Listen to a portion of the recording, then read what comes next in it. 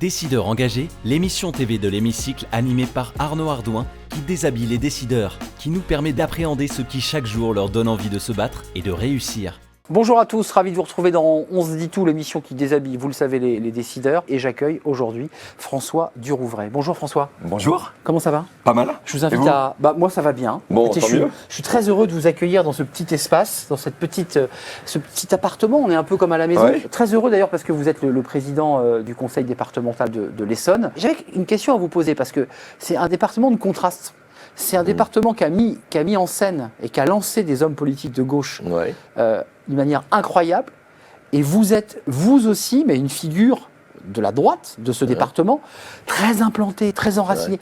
Comment vous le décririez, ce département? C'est un département contrasté, justement, à travers les personnages politiques qui sont... Alors, je pense à Valls, mais il y en a d'autres. Il y a plein d'autres. Il y a Mélenchon, il y a Drey, il y a Kosciusko-Morizet, il y a Guizère, il y a plein d'hommes politiques de gauche et de droite, effectivement, qui ont commencé en Essonne.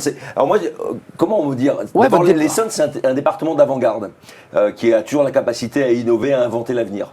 Alors c'est vrai aujourd'hui dans le domaine de la recherche autour de Saclay, mais c'était vrai également dans l'industrie, avec l'aviation, l'automobile, qui sont nés pour l'essentiel en Essonne. C'est vrai dans le milieu politique, avec à gauche comme à droite des personnalités qui ont émergé en Essonne. Un laboratoire, en quelque sorte. C'est un laboratoire de ce qui va bien, et puis aussi des fois de ce qui va moins bien. On parle de l'Essonne des fois pour des problèmes de banlieue, qui sont réels, mais qui ne sont pas propres non plus à l'Essonne. Voilà, donc quand on est à la tête d'un département comme celui-ci, c'est une grande chance en fait. Quand il y a du contraste, ça veut dire aussi qu'il faut mettre en rapport des gens et leur donner un destin commun. Et c'est ça la chance d'un président de département. Mais ce qui est très intéressant aussi à travers vous, là précisément à travers vous François, c'est que peu de présidents de conseils départementaux émergent. D'abord parce qu'il y a une réforme, parce que les départements sont un tout petit peu appauvris. Faites partie de ces présidents de département qui portent haut et fort et qui, j'allais dire, sur le plan médiatique émergent. Vous en avez conscience de ça? J'en ai pas forcément conscience, mais ce dont j'ai conscience, c'est que lorsqu'on est président d'un département, même d'un grand département comme l'Essonne, 1 300 000 habitants, fait partie c'est le 12e ou 13e département le plus peuplé en France. À partir du moment où vous n'êtes pas au centre, à Paris, Bordeaux, Lyon, etc., vous êtes dans la périphérie, il faut se battre 2 ou 3 fois plus pour porter les sujets de votre territoire. Et ça, c'est quelque chose dont j'ai pris conscience en prenant la présidence du département en 2015. Et c'est vrai que si j'ai envie de porter les sujets de mes habitants, je suis obligé de me battre et peut-être d'avoir une surface médiatique. Vous êtes un homme politique, et vous vous identifiez comme un homme politique, et tout homme politique ou femme politique d'ailleurs est parfois traversé par ces moments de doute, d'inquiétude, d'angoisse même d'ailleurs, et se disant mais j'aurais dû prendre un autre chemin, j'aurais pu choisir. On avait un invité dans On se dit tout qui nous disait mais moi ça aurait été l'histoire de l'art. Si à 18 ans j'avais pas pris cette carrière, je serais parti dans l'histoire de l'art. Quelle aurait été votre passion, quelque chose qui vous aurait habité au point de ne pas faire de politique? À 12 ans, je voulais être vulcanologue, à 15, photographe, et aujourd'hui, j'ai sans doute le regret de ne pas avoir fait un peu d'architecture. Pour la construction, bâtir, inventer? Oui, forcément. Enfin, quand on est élu, c'est pour agir, pour voir le résultat des décisions qui sont prises. Et dans l'architecture, je trouve que c'est à la fois une poésie. Il y a quelque chose. Alors moi, je suis absolument pas dessinateur, pas matheux. J'aurais pas été capable d'être architecte. Mais je suis admiratif devant la capacité de penser des architectes et de produire des bâtiments, mais des objets qui sont des objets d'art, des objets à vivre.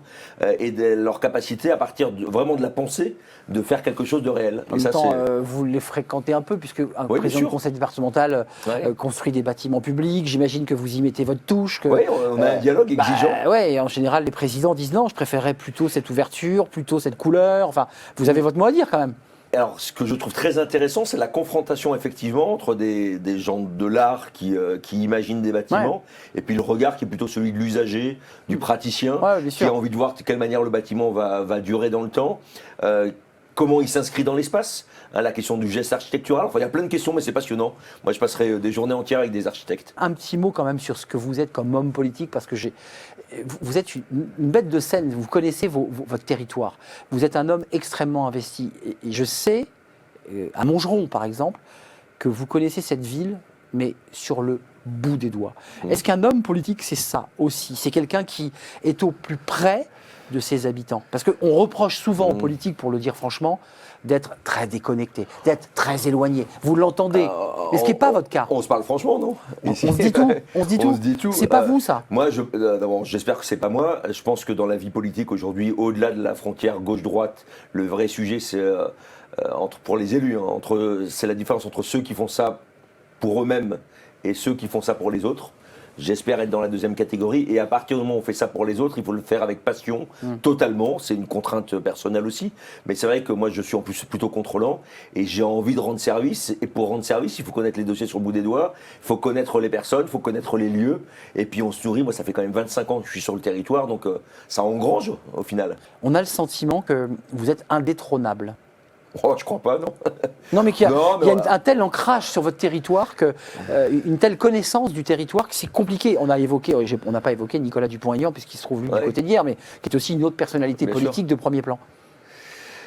Je pense que, compte tenu de la sociologie de mon territoire, j'aurais été détrôné si je n'avais pas eu justement ce rapport aux gens et aux choses. Vous voyez qu'on revient bien Oui, mais c'est pas pour ça que je suis indétrônable. Voilà, il faut se réinventer en permanence. Et on est dans un moment compliqué.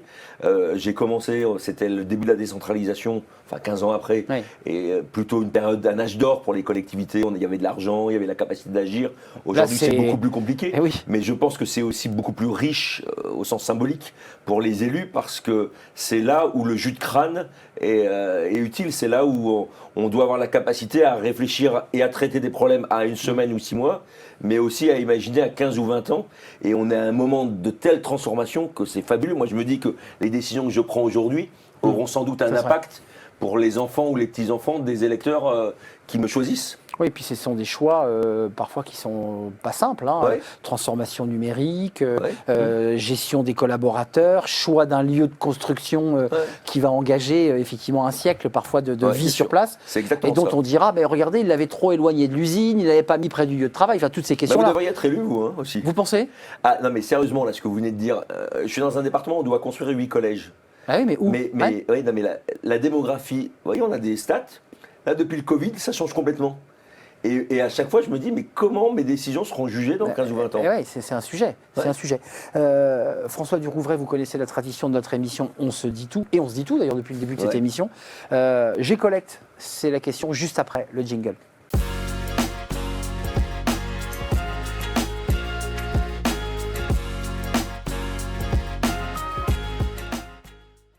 La question G-Collect, la FinTech du recouvrement éthique. Cette question, vous l'avez choisie, c'est la 4e question. Les entreprises et institutions ont un rôle majeur à jouer pour développer une économie plus inclusive, plus éthique et plus solidaire. Qu'est-ce que ça vous évoque? Et est-ce que ces sujets, vous vous en êtes emparés, vous aussi? Ça évoque évidemment pour moi le fait qu'à chaque fois qu'on prend une décision, qu'on soit décideur privé ou public, à chaque fois qu'on prend une décision, il faut avoir conscience qu'il y a des aspects positifs, mais il y a aussi des aspects négatifs. Et que ce qui peut être bien d'ailleurs pour la collectivité peut être ressenti négativement pour des individus. On peut porter des projets.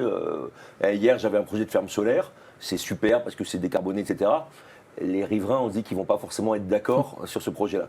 Et donc, il faut toujours qu'on analyse ces éléments-là. Et il faut qu'on minimise évidemment le coût ou le risque des décisions que nous pouvons prendre. Mais enfin, là aussi, je trouve que c'est passionnant. Quand on est à la tête d'une institution, lorsqu'on fait un choix, ça a un impact sur l'emploi local, ça a un impact sur l'environnement. Et évidemment, on a en plus énormément de marge de progrès sur ces sujets-là, pour bosser davantage avec le tissu local. Et ça fait partie des nouveaux champs. Vous savez, des fois, on dit l'avenir, c'est compliqué. Les Français ont peur de l'avenir. Moi, je trouve que ça fait partie des sujets sur lesquels l'avenir s'écrira de meilleure façon. Mais il s'écrit d'ailleurs en ce moment. Oui, bien sûr, déjà. Le Covid, la crise ukrainienne nous ramène à du local, à des industries qui soient plus proches de nous. Pour ces questions-là vous traversent aussi. Et ce qu'il faut, c'est qu'on voit l'impact de la décision en globalité. Aujourd'hui, il y a des coûts externes qui ne sont pas supportés par la personne qui prend la décision. Alors c'est le cas pour une entreprise privée qui utilise une énergie fossile alors qu'elle pourrait passer à autre chose. Le coût de l'énergie fossile, parce qu'il n'y a pas de taxe carbone, parce qu'il n'y a pas de mécanisme de compensation, n'est pas imputé sur le prix. Mais il faut qu'on arrive dans ces choix-là à titre privé, mais à titre public aussi. Bien sûr. Enfin, la taxe carbone, vous vous rappelez ce qu'elle a transformé ou engendré. Enfin, elle fut une des causes des Gilets jaunes. C'est ce que... Oui, mais sans taxe carbone, on n'arrivera pas à transformer notre économie. Moi, je suis partisan de la taxe carbone. Mais le carbone a un coût. Mais exactement, il a un coût, mais simplement, il faut qu'on prenne des mesures de compensation pour que ce soit acceptable socialement. Évidemment. Dernière question, la question du Collège de Paris, puis il y a bien sûr la question de l'hémicycle. Un jingle et la question posée.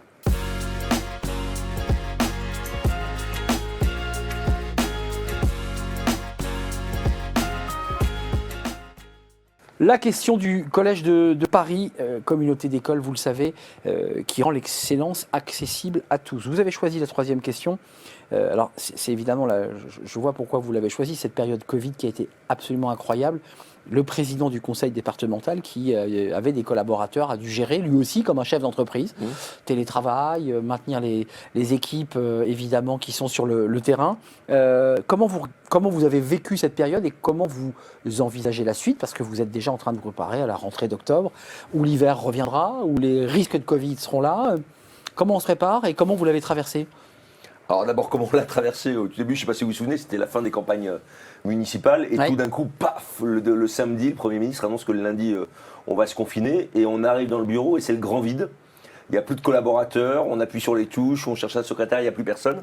Et finalement, je ne vais pas dire que ça fait du bien parce que ça a été une période extrêmement compliquée, mais c'est une période au cours de laquelle je pense qu'on s'est reposé les questions essentielles et on a trouvé globalement l'énergie, le ressort. Alors nous, mais la société dans sa globalité, on a trouvé le ressort pour continuer à fonctionner, pour faire en sorte que le service public continue à délivrer du service essentiel, le privé évidemment dans les services de santé, mais également la grande distribution, etc.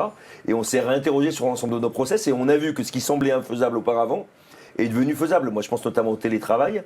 Moi, mes collaborateurs directs, les directeurs des grands services du département disaient surtout pas de télétravail, parce qu'on ne va pas y arriver. Et moi d'ailleurs je les comprends, en termes de management ça réinterroge. Ouais, c'est compliqué. Sauf qu'ils y ont été obligés et qu'aujourd'hui le télétravail il fait partie, c'est rentré dans les mœurs. Vous l'avez intégré ? Oui, on l'a intégré. Aujourd'hui c'est 2 à 3 jours au maximum pour les agents du département. Ça change, il n'y a pas que des aspects positifs, et pour les agents et pour la structure, mais ça fait partie je pense des données incontournables. Dernière question, François Durouvray, celle-ci, alors évidemment, elle vous impacte directement, elle vous concerne, c'est la question de l'hémicycle, question plus politique.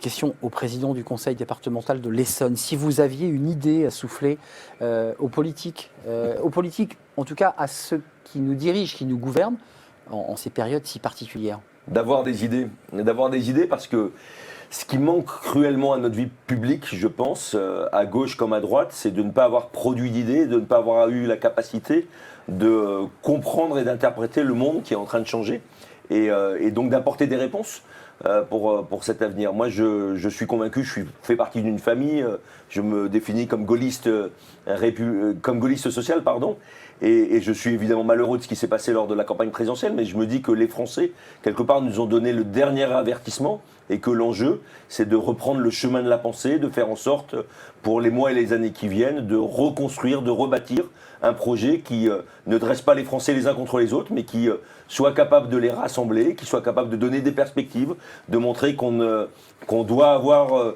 un destin collectif pour avoir aussi un destin individuel, qui soit capable de réconcilier l'ensemble de ces données. En tant qu'élu local, en tout cas, c'est ce à quoi je voudrais m'appliquer dans les prochains mois, les prochaines années. Merci François Durouvray de nous avoir rendu visite. C'était un vrai plaisir de partager ce moment avec vous, président du conseil départemental de l'Essonne, un beau département, on ne l'a pas assez dit, qui est à la fois urbain mais aussi rural. Très rural. Il y a aussi beaucoup de zones rurales, on ne l'a pas évoqué. Et plein de petits secrets à découvrir. Absolument, absolument. Merci, ce fut un vrai plaisir. Maire, président, les Républicains, je ne l'avais pas précisé au début de notre échange.